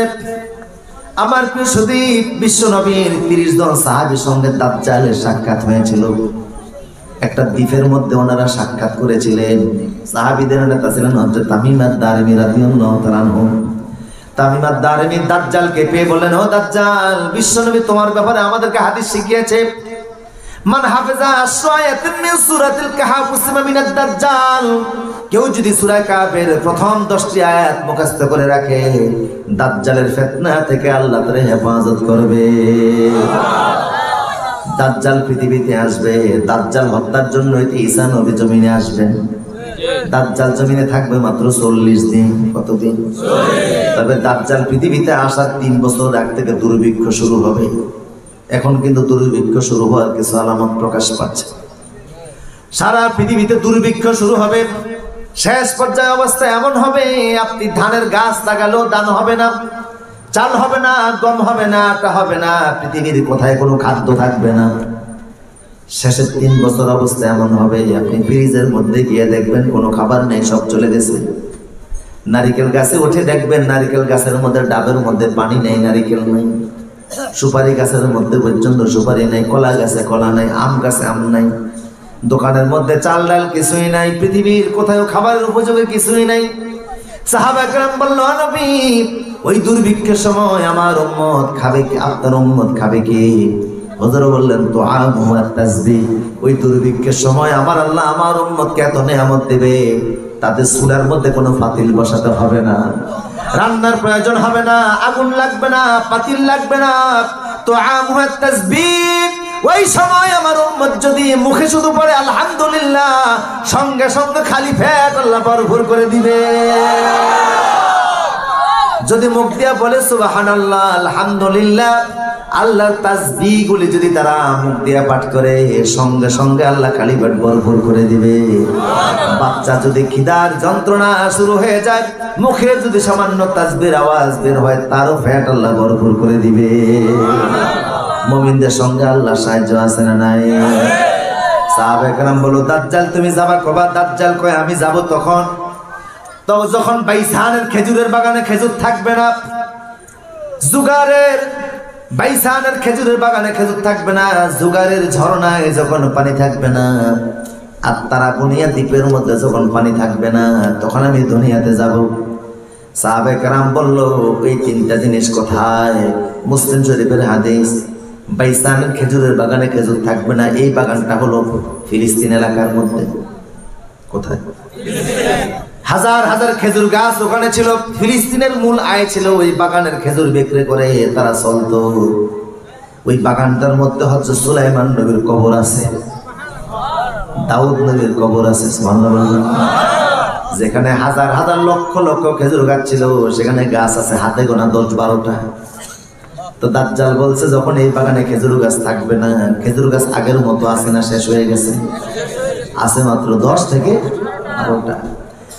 খেজুর যখন থাকবে না, বাগান থাকবে না, গাছ থাকবে না, 2 নম্বর জুগারের ঝর্ণায় পানি থাকবে না। এই ঝর্ণাটা হলো ফিলিস্তিন এবং জর্দানের মাঝখানের একটা ঝর্ণা, পাহাড়ি এলাকার ঝর্ণা। এই ঝর্ণা থেকে এমন পানি বের হতো যে পানি দ্বারা ফিলিস্তিন এবং জর্দানের লোকেরা চাষাবাদ করত। ঝর্ণার পানি থেকে দাজ্জাল বলল, ওই ঝর্ণার মধ্যে যখন পানি থাকবে না, এখন যারা পর্যটক তারা গিয়ে দেখেছেন যেই ঝর্ণার পানি দ্বারা 2 দেশের মানুষ চাষাবাদ করতো, সীমান্ত এলাকার লোকেরা, এখন সেই ঝর্ণার নিচে একটা বালতি পেতে রাখলে সারাদিনে 1 বালতি পানিও ধরে না, 1 বালতি পানিও পড়ে না। বুঝতে গেল পানি আগের মতো যা ছিল এখন কি আছে? কমছে কিনা? তারা বুনিয়াদ বিলের মধ্যে পানি থাকবে না, এটা ইরাকের একটা বিল, এইটার মধ্যে তেমন কোনো পানি নাই। এই 3টা আলামত যখন প্রকাশ পাবে, বিলে পানি থাকবে না, জুগারের ঝর্ণায় পানি থাকবে না, বাইসানের খেজুরের বাগানে খেজুর থাকবে না, দাজ্জাল বলল, তখন আমার সময় ঘনিয়ে আসবে। আমার প্রিয় সুধী, দাজ্জাল পৃথিবীতে আসার সময় খুব একটা বেশি বাকি নাই। দাজ্জাল যখন আসবে, তার কিছু পরে মাহাদি আসবে, মাহাদি আসলে ঈসা নবী আসবে। আল্লাহু আকবার। ঈসা নবী আল্লাহর কোরআন দ্বারা জমিন চালাবেন 40 বছর। এত বরকত আল্লাহ তখন দিবে, একটা গাভীর দুধ পান করে পুরা গ্রামের মানুষও শেষ করতে পারবেন না। যাকাত দেওয়ার জন্য ঘর থেকে বের হবেন, আপনার যাকাত নেওয়ার মতো লোক থাকবে না। সব বরকত দিবেন কে? ওয়ালাউ আন্না আমানু আহলাল কুরআন লাফাতাহনা আলাইহিম বারাকাতিম মিনাস সামা। আল্লাহ বলে, সব মানুষ যখন ইমানদার হয়ে যাবে, আসমান এবং জমিনে সব বরকতের দরজা আমি আল্লাহ খুলে দিব। ইমাম মাহাদির নেতৃত্বে সারা পৃথিবীতে যে কালেমার পতাকা উড়বে, সেই বিজয়ের পতাকার মধ্যে আমরা শামিল হতে রাজি আছি না? না। কোরআনের পতাকা উড়াবার জন্য আল্লাহ আমাদের সবাইকে হায়াত দান করুন, বলুন আমিন। আমার প্রিয় সুধী, তো বিজয় তো আসবেই, ঠিক কিনা? বিশ্বনবী মক্কা বিজয় করবেন, কি বিজয়? রাসূলের সঙ্গে 10,000 সাহাবী। কত হাজার? 10,000 সাহাবী নিয়ে বিশ্বনবী মক্কার দিকে রওনা শুরু করেছেন। মনে আছে না আপনাদের? মক্কার দিকে রওনা শুরু করেছেন 10,000 সাহাবী। বিশ্বনবী মক্কার কাছাকাছি যখন চলে আসলেন, সাহাবায়ে কেরামকে বললেন, আজকে মক্কায় প্রবেশ করা যাবে না, আগামীকাল আমরা প্রবেশ করব। সাহাবায়ে কেরাম বলল, হে রাসূল, তাহলে আমাদের এখনকার কাজ কি? আমরা তো তাবু বানাতে হবে, চুলা বানাতে হবে, রান্নার প্রয়োজন আছে, খাবারের প্রয়োজন আছে, টয়লেট বানাতে হবে, জরুরত প্রয়োজন করতে হবে। ও ইয়া রাসূলুল্লাহ, এখন আমাদের করণীয় কি? হুজুর বললেন, সবাই চুলা বানাও। কি বানাও? চুলা। সেই যুগে 500 জন মানুষের রান্না হতো এক চুলায়। 500 মানুষের রান্না এক চুলার মধ্যে। সাহাবায়ে কেরাম বলল, নবী, যেখানে 500 মানুষের রান্না হয় এক চুলার মধ্যে, তাহলে আমরা 10,000 লোক 20টা চুলা বলেই যথেষ্ট। হুজুর বললেন, না, চুলা আরো বেশি বানাতে হবে, মিনিমাম এক একজন চুলা বানাবা 5টা। কয়টা? 500 মানুষের চুলা লাগে একটা, কিন্তু রাসূল বলেন এখন এক একজন বানাবা 5টা। সাহাবায়ে কেরাম একজনও বলেন নাই, আপনার এই কথা তো আমাদের বুঝে আসে না, আপনাদের এই কথা আমাদের যুক্তিতে আসে না, এত সূরাদার আমরা কি করব? কেউ প্রশ্ন করে নাই, লেমা বলে নাই, লিয়ান্না বলে নাই, হোয়াই বলে নাই, দ্যাট বলে নাই, কোনো প্রশ্ন করে নাই। সাহাবায়ে কেরাম বুঝতে পেরেছে রাসূল যেটা বলে সেটাই হলো ওহী। আমরা বুঝে আসলো মানবো, না বুঝে আসলো মানবো। রাসূল বলছে চুলা বানানো, সবাই চুলা বানানোর কাজে লাগছে। আল্লাহু আকবার। তাহলে সাহাবায়ে কেরাম রাসূলের কথায় কোনো যুক্তি তালাশ করছে? কথা কানা কা কোন যুক্তি? আল্লাহ রাসূলের কথায় কোনো যুক্তি তালাশ করবেন? মনে থাকবে তো ইনশাআল্লাহ? আমার পেছনে আমাদের চাঁদপুরে দেখছি মানুষ যে নামাজের উযু বানায় 7 পদ্ধতিতে উযু ছুটে যায়, তার মধ্যে যদি বাতাস নির্গত হয় উযু যায় কি যায় না? কুমিল্লাতে যায়, কুমিল্লাতে উযু যায়। তো মানুষ যখন বায়ু ত্যাগ করে তখন উযু বানায়, ধৌত করে কি? হাত এবং যুগ দিয়ে। কি বলে? পেশাব করে উযু ছুটলো, পায়খানা করে উযু ছুটলো, বায়ু ত্যাগ করে উযু ছুটলো, যেখান দিয়ে উযু ছুটছে সেই জায়গায় দৌত করা, এটা বলো যুক্তির কথা, ঠিক কিনা? কিন্তু বলে না, হাত দৌত করো, মুখ দৌত করো, কয় কা বলা যাবে না, রাসূল যেটা বলছে সেটাই নির্দেশ। কথা বলেন ঠিক কিনা?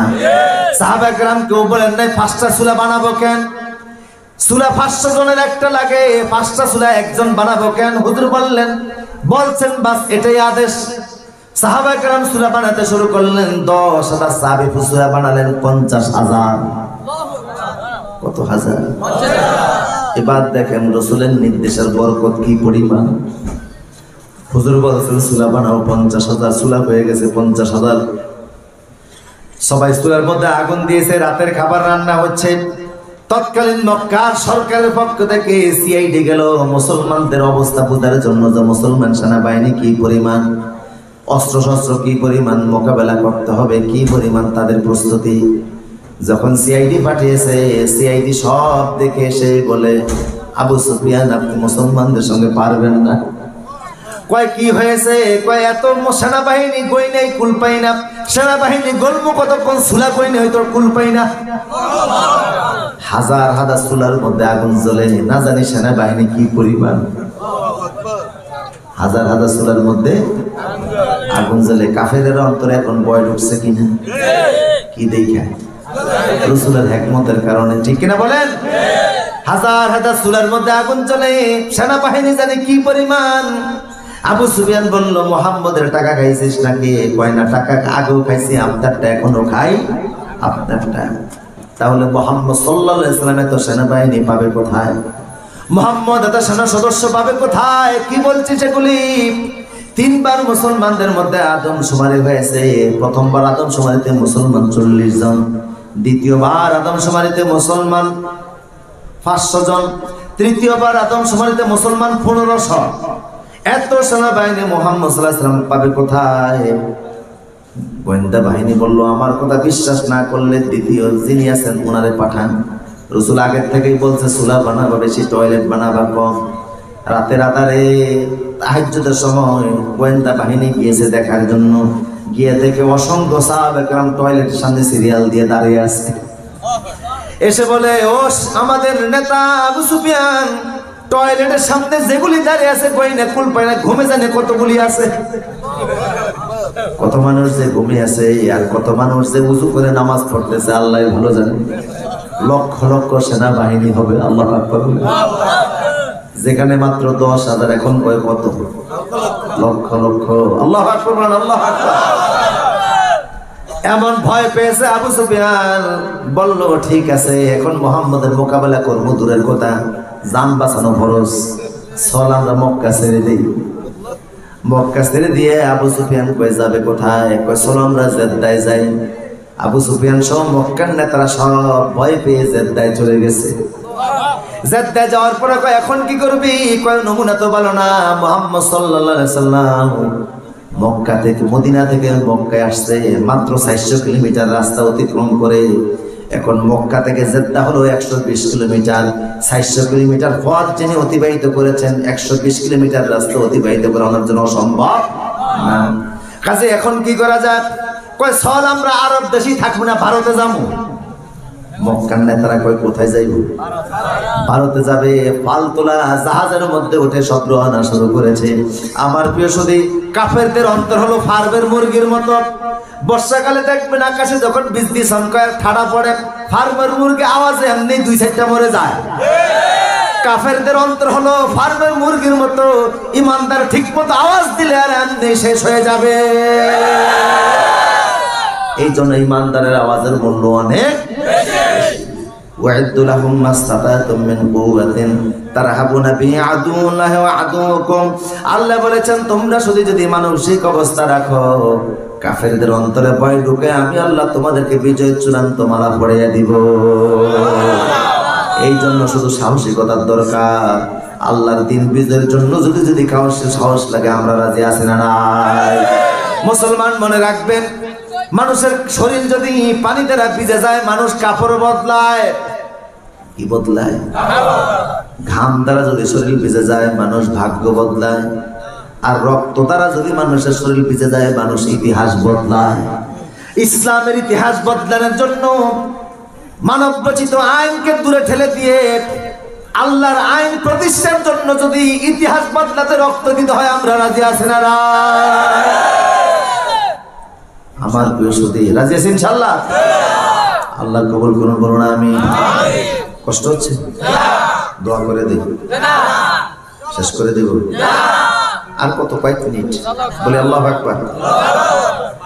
আমার প্রিয় সুধী, হ্যাঁ এত সময় না। আচ্ছা, আমাদের তো প্রতি রাত, আর আপনাদের তো হয়তো 1 দিন 2 দিন। আলহামদুলিল্লাহ, শ্রোতাদের কোয়ালিটিও বাড়ছে। দেখলাম যে এই কিছু বক্তা মাঠে আসার কারণে যুব সমাজ ইসলামমুখী হচ্ছে, তাদের মেন্টালি পরিবর্তন হচ্ছে। গান বাজনার পরিবর্তে ওয়াজের প্রতি তাদের আকর্ষণ বেড়ে গেছে। আগের আইসক্রিম বিক্রেতারা শ্যাম্পাবু যারা বিক্রি করতো ঝুনঝুনি দিয়া, ঠিক কিনা? এখন আর ঝুনঝুনি বাজায় না, গান বাজনা বাজায় না, আজহারের ওয়াজ দিয়া তারা আইসক্রিম বিক্রি করে, ঠিক কিনা? এমন আরো আজহারি জমিন আমাদের জন্য দরকার আছে না নাই? আল্লাহ কবুল করুন, বলুন আমিন। তো মক্কার সব নেতারা এখন কোথায়? জেদ্দা। কোথায়? ফালতোলা জাহাজের মধ্যে উঠছে। কিসের মধ্যে উঠছে? ফালতোলা জাহাজে উঠছে যে ওনারা চলে যাবে, ভারতে যাবে। জাহাজের মধ্যে করে যেই সাগরের মাঝখানে গেছে, আল্লাহ ঢেউ শুরু করে দিছে। আচ্ছা, আল্লাহ যদি যাইতে না দেয়, সব শক্তি মিললেও যাওয়ার সুযোগ আছে? জমিনের যত সিদ্ধান্ত হয় না কেন, আসমানের সিদ্ধান্তই সব জায়গায় বাস্তবায়িত হয়। হয়তো বা আসমানওয়ালা মাঝে মধ্যে একটু ঢিল দেয়, তবে আল্লাহ ছাড় দেন, ছেড়ে দেন না। ওয়ায়ামুদ্দুহুম ফী তুগয়ানহিম ইয়ামাউন লিনানজুরাকুম কাইফা তা'মালুন। সামান্য একটু ক্ষমতা, একটু পাওয়ার দিয়ে আল্লাহ তাকিয়ে দেখেন আমলটা কেমন হয়, ঠিক কিনা বলেন? আল্লাহ ছাড় দেন, ছেড়ে দেন না। ওরা চলে গেছে সব সাগরের মাঝখানে, নৌকা হেলতেছে আর দুলতেছে, জাহাজ এদিক ওদিক হচ্ছে। এখন তো ভয় ঢুকে গেছে। দেখবেন সাগরের মধ্যে যখন ঢেউ শুরু হয়, তখন অমুসলিমরাও কালেমা পড়ে। আমার তো বাড়ি চাঁদপুরে, নদীর উপরে হলো শরীয়তপুর। শরীয়তপুর থেকে জাহাজ লঞ্চ আসতেছে ঢাকার দিকে যাবে। 60 নল যাওয়ার পরে এমন তুফান শুরু হয়েছে। এখন মুসলমান কয় আল্লাহ আল্লাহ, হিন্দু বাইরে ছিল ওনারা কয় ভগবান ভগবান। কিছুক্ষণ পরে যখন তুফান আরো বেড়ে গেছে, এখন সবাই মিল্লা কয় আল্লাহ আল্লাহ, ভগবানের নাম আর কেউ। কিছু হিন্দু ভাইরা লঞ্চের সামনে দেখে হুজুর একজন দাঁড়িয়ে আছে। কয় ও হুজুর দাঁড়িয়ে আছেন, কয় একটু আজান দেন। কয় আজান দিলে কি করবো? আজান দিব কেন? কয় না আজান দেন, শুনছে আজান দিলে নাকি তুফান থেমে যায়। কয় তোমরা না ভগবান রে ডাকতেছিল, ভগবান রে ডাকো। কয় না, যে তুফান শুরু হয়েছে ভগবান থামাই থাকতো না। কয় কে থামাইবো? কয় আল্লাহ থামাইবো। কয় আমি আজান দিলে তোমরা কি করবা? কয় আমরাও আল্লাহ আল্লাহ বলবো। মানুষ যখন বিপদে পড়ে যায়, নকল খোদার কথা মনে থাকে না, সবাই আল্লাহর কাছে ছুটে আসে। কেন ছুটে আসে? কুরআন আল্লাহ বলেছেন অফি আনফুসিহিম আফালা তুবসিরুন, আমি আল্লাহ তোমাদের মাঝে আছি, তোমরা দেখো না। সানুরিহিম আয়াতিনা ফিল আফাক অফি আনফুসিহিম হাত্তা ইয়াতাবায়্যানা লাহুম আন্নাহুল হক, তোমাদের মধ্যে আমি আল্লাহর নিদর্শন আছে, তোমাদের মধ্যে আমি আল্লাহর কুদরত আছে। কি কুদরত আছে? এটা প্রকাশ করেছে সর্বপ্রথম মিশরের ডাক্তাররা। মিশরের একজন মুসলিম ডাক্তার ছিলেন, তিনি আজ থেকে 150 বছর আগে সর্বপ্রথম মানুষের ওপেন হার্ট সার্জারি শুরু করেছেন। ওপেন হার্ট সার্জারি করতে গিয়ে একটা মানুষের বুকটা তিনি ফেরে ফেলেছেন, ভিতর থেকে হার্ট বের করেছেন। হার্টের মধ্যে কি জন্য দেখে চোখ থেকে পানি পড়া শুরু হয়ে গেল। ডাক্তার তো অন্য সার্জন যারা ছিল সবাই বললেন তোমরা বাকি কাজ করো, আমি আর করতে পারবো না, আমি পারতেছি না, হাত কাঁপতেছে। নিজের রুমে চলে গেলেন, সেজদায় পরে অনেকক্ষণ আল্লাহর দরবারে কাঁদলেন।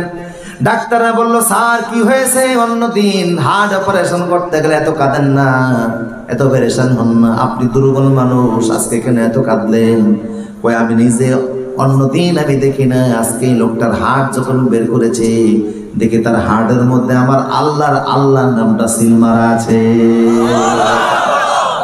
আলা বিযিকরিল্লাহ তাতমাইন্নুল কুলুব, এই জন্য জিকির করলে অন্তরে শান্তি আসে না নাই?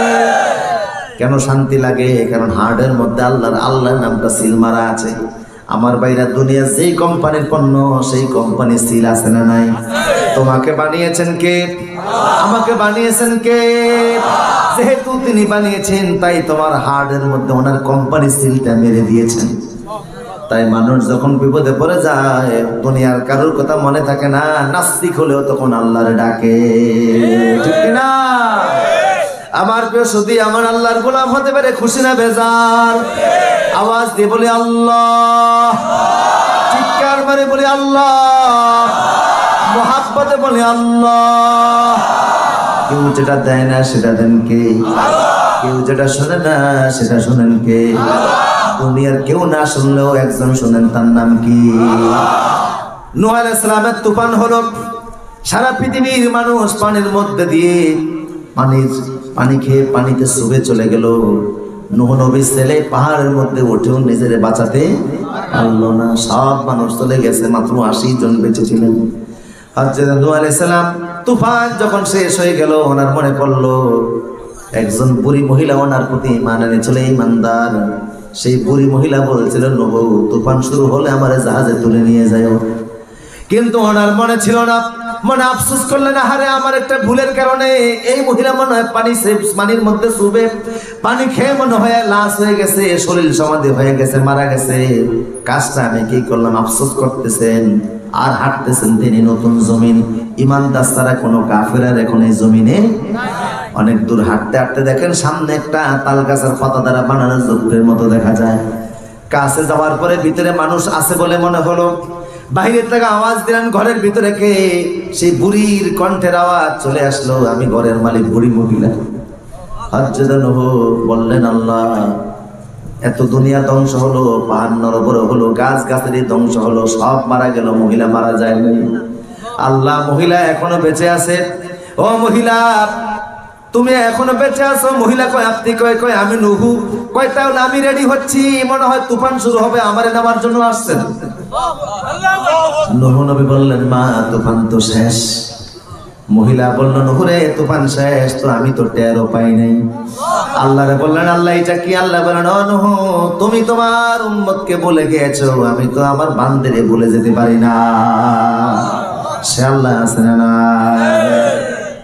আমার প্রিয় সুদীপ, ভারতের হায়দ্রাবাদে ভূমিকম্প হলো। ভূমিকম্পে অনেক মানুষ মারা গেল। 7 দিন পরে একটা বাচ্চারা টয়লেট থেকে উদ্ধার করা হলো। চতুর্থ শ্রেণীতে পড়ে ছেলেটা। 7 দিন পর ছেলেটা উদ্ধার হয়েছে।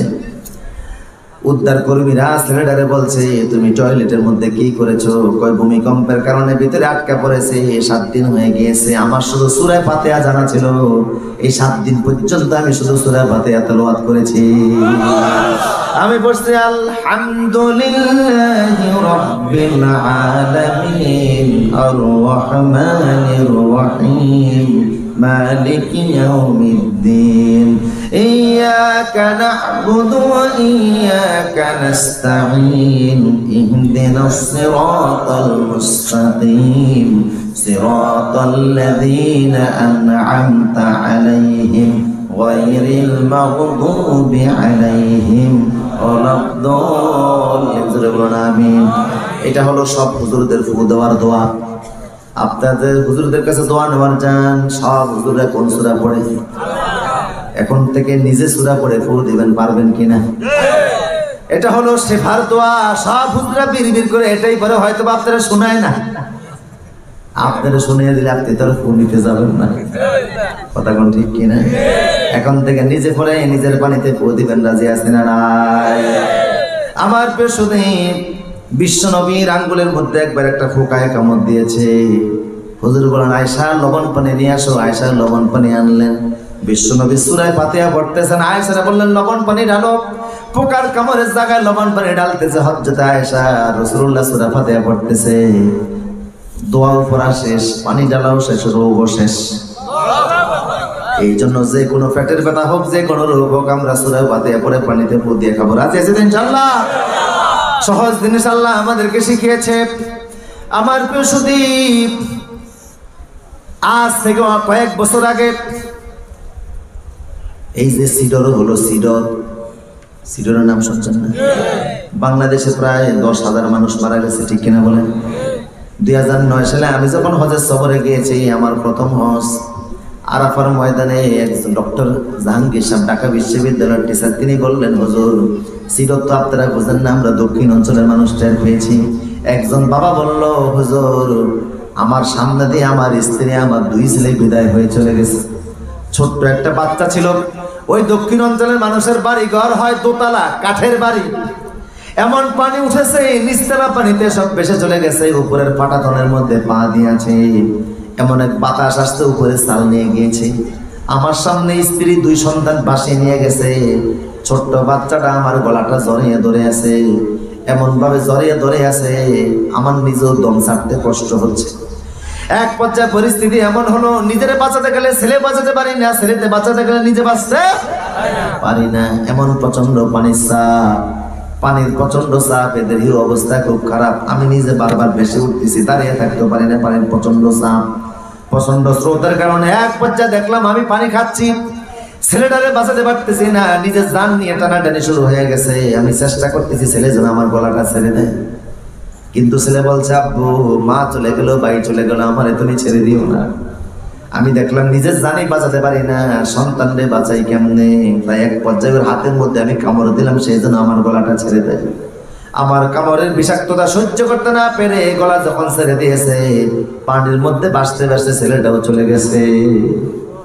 চরম বিপদের মধ্যে মানুষ নিজের জান বাঁচাতে গিয়ে সন্তানের জীবনের দিকেও খেয়াল, এই কথা কোরআনে আছে না নাই?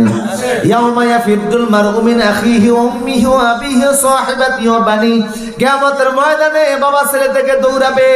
আমরা দেখছি দুনিয়া তো বিপদের সময় দৌড়ায়, ঠিক কি না? ছেলে অনেক সময় কাজে আসে না, তোমার নেতা কাজে আসবে কোথা থেকে? কথা বলেন ঠিক কি?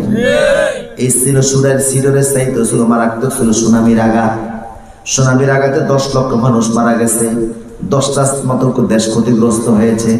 সুনামির পরে আরব সাগর দিয়ে জাহাজ যাচ্ছে, জাহাজের নাবিকেরা সাগরের মাঝখানে দেখে একটা লোক পানিতে হাবুডুবু খাচ্ছে। সৌদি আরবের জাহাজ, লোকটারে তারা তুলে নিয়ে গেল স্পিড বোট দিয়ে জাহাজের মধ্যে। অর্ধমৃত অবস্থায় লোকটারে পাওয়া গেল। চিকিৎসা দেওয়ার পরে লোকটা সুস্থ হলো। সৌদি আরবের নাবিকেরা জিজ্ঞেস করলো, ভাই তোমার সাগরের মাঝখানে পেয়েছি, তোমার বাড়ি কোথায়? কয় আমার বাড়ি হলো ইন্দোনেশিয়া। ইন্দোনেশিয়ার সাগরের পাড়ের মসজিদের মুয়াজ্জিন হলাম আমি, 5 ওয়াক্ত নামাজের আযান আমি দিতাম। যখন সিডরের সুনামির আগা শুরু হয়েছে, পানির ধাক্কা আমার মসজিদের পিলারগুলি সব ভেঙে গেছে। আজানরত অবস্থায় আমার ভাসিয়ে নিয়ে চলে আসছে। দীর্ঘদিন আমি কিছু বলতে পারবো না। যখন আমার জ্ঞান আসলো, আমি দেখি সাগরের মাঝখানে একটা বেলা ধরে আমি ভাসমান অবস্থায় আছি। নাবিকেরা বললো, এই অবস্থায় কতদিন আছে? প্রায় 17-18 দিনের মতো হবে। নাবিকেরা বললো, এই 17-18 দিন কি খেয়েছো? কই কিছুই খাই নাই, আমি শুধু আমার আল্লাহর নামে জিকির করছি।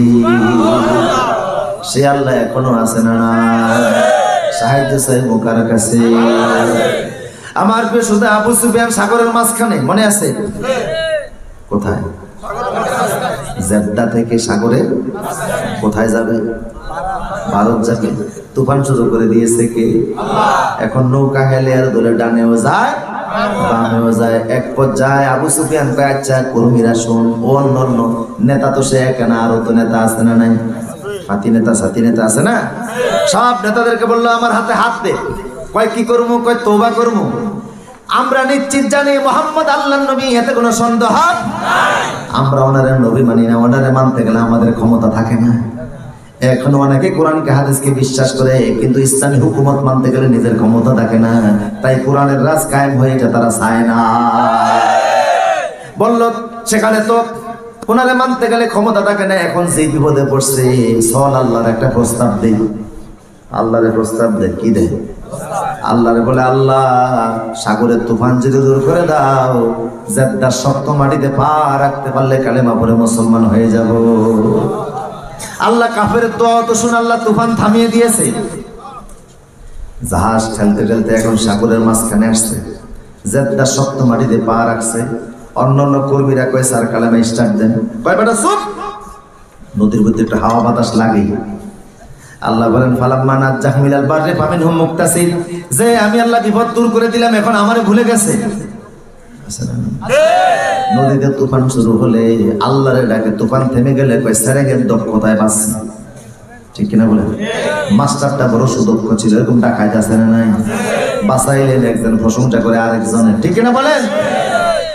আল্লাহ বলেন, ওরা দুদিল বান্দা হয়ে গেল। দুদিল বান্দা কালেমা সর না পায় শ্মশান, না পায় গোর দিন তাকাইতে আইরে ফিরে সাইরা দে বন্ডামি বন্ডামি বন্ডামি। আমার প্রিয় সুদী, শেষ পর্যন্ত আবু সুফিয়ান কিন্তু কালেমা পড়ে মুসলমান হয়েছে রাদিয়াল্লাহু তাআলা আনহু। তা আমার ভাইরা, বিশ্ব নবী 10,000 সাহাবী নিয়ে পরের দিন সব মক্কায় ঢুকলেন। মক্কায় ঢুকে দেখেন নেতা একজনও নাই, সব নেতা জেদ্দায়। আল্লাহু আকবার। এই যে রাসূল মক্কা বিজয় করলেন একটা কৌশলের মাধ্যমে, ওদেরকে ভয় দেখাবার জন্য সুলাবান যেখানে লাগে 20টা, সেখানে বানাইছেন 50,000। ঠিক কিনা বলেন? ওরা সুলা দেখে ভয় পাইছে। ওরা মনে করছে এত সুলা যদি হয় সেনাবাহিনী হবে লক্ষ লক্ষ। কথা বলেন ঠিক কিনা? এই যে রাসূল বিনা যুক্তির বাহিরে, যুক্তি ছাড়া এতগুলি সূরা সাহাবা একরামকে দিয়ে বানালেন, কেউ কোনো প্রশ্ন কেন প্রশ্ন করে নাই? কারণ আল্লাহ রাসূলের কথা বুঝে আসলো মানতে হবে, বুঝে না আসলো যুক্তি দিয়ে আসলো মানতে হবে, যুক্তি দিয়ে না আসলো রাজি আছে ইনশাআল্লাহ? কারা রাজি? হাত তুলে দেখো।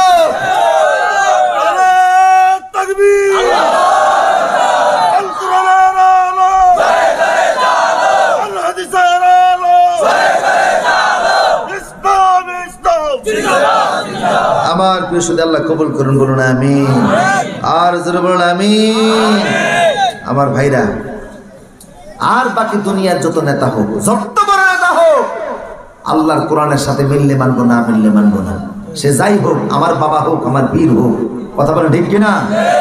বক্তা হোক, ওয়াইজিন হোক, কোরআন হাদিসের বাইরে আমরা কিচ্ছু মানতে রাজি না। এই মর্মে যদি সিদ্ধান্ত নিয়ে আল্লাহ সাহায্য নেমে আসবে। আল্লাহ তাআলা